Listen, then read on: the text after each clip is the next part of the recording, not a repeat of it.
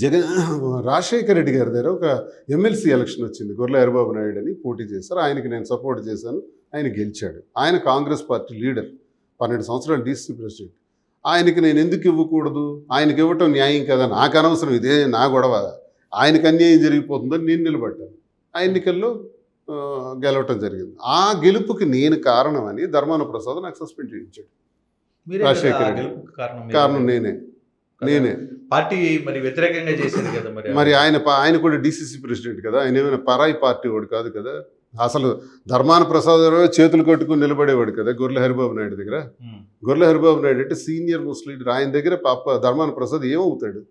అలాంటి లీడర్ని ఎమ్మెల్సీ ఎందుకు ఇవ్వకూడదు అడిగాను నేను. ఆయన ఇండిపెండెంట్గా వేశాడు, సపోర్ట్ చేస్తాను, రెబల్గా వేశాడు. నేనే కాదు, జిల్లా మొత్తం చేశారు, నేను ఒక్కడిని చేస్తే ఆయన గెలిచాడు. అందరూ చేశారు, గెలిచారు. దాన్ని కక్షగా తీర్చుకొని ధర్మాన ప్రసాద్ సస్పెండ్ చేయాలని పట్టుబట్టారు. అప్పుడు రాజశేఖర రెడ్డి గారు చెప్పారు, ప్రసాద్ ఇలాంటి చిన్న కుర్రాడు మనకు కావాల్సినవాడు, మంచి అగ్రెసివ్ ఫెలో, మనకు పనికొస్తాడు, పనికొస్తాడు ప్రసాద్, ఇది వదిలేయని అన్నారు. అయినా విడిచిపెట్టలా. నేను కావాలో వాడు కావాలో తెలుసుకోండి అన్నాడు ఆయన. అప్పుడు నాకు సస్పెండ్ చేయాల్సి వచ్చింది. తర్వాత చిరంజీవి గారు, అప్పుడు నేను పాదయాత్ర చేశాను. నన్ను ఎందుకు సస్పెండ్ చేస్తారు, నేను చేసిన తప్పు ఏంటని జనంలో పాదయాత్ర చేశాను. 42 రోజులు గ్రాండ్ సక్సెస్ 2008లో. ఆ తర్వాత నన్ను సస్పెండ్ చేయడం, చిరంజీవి గారు రమ్మనటం, వెళ్ళటం, పోటీ చేయటం, ఆయన మళ్ళీ కాంగ్రెస్లో కలిపేయటం పార్టీని. గత్యంతరం లేక మళ్ళీ నేను ఉద్యమాల్లో ఉన్నాను. అప్పుడు థర్మల్ పవర్ ప్లాంట్ ఉద్యమాలు, కాకరాపల్లి.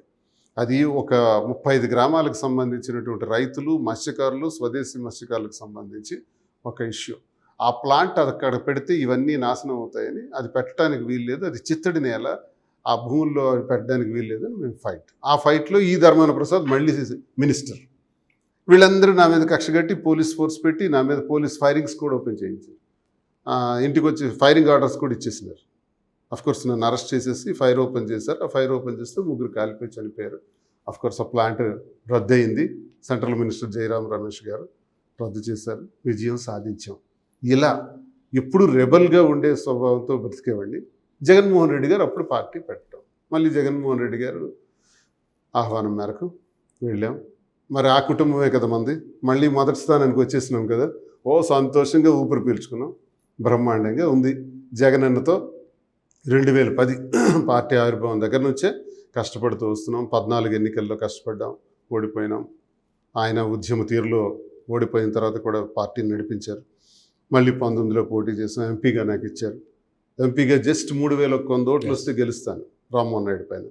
అది కూడా ధర్మాన నాయకత్వంలో కొంత నష్టం జరిగింది నాకు.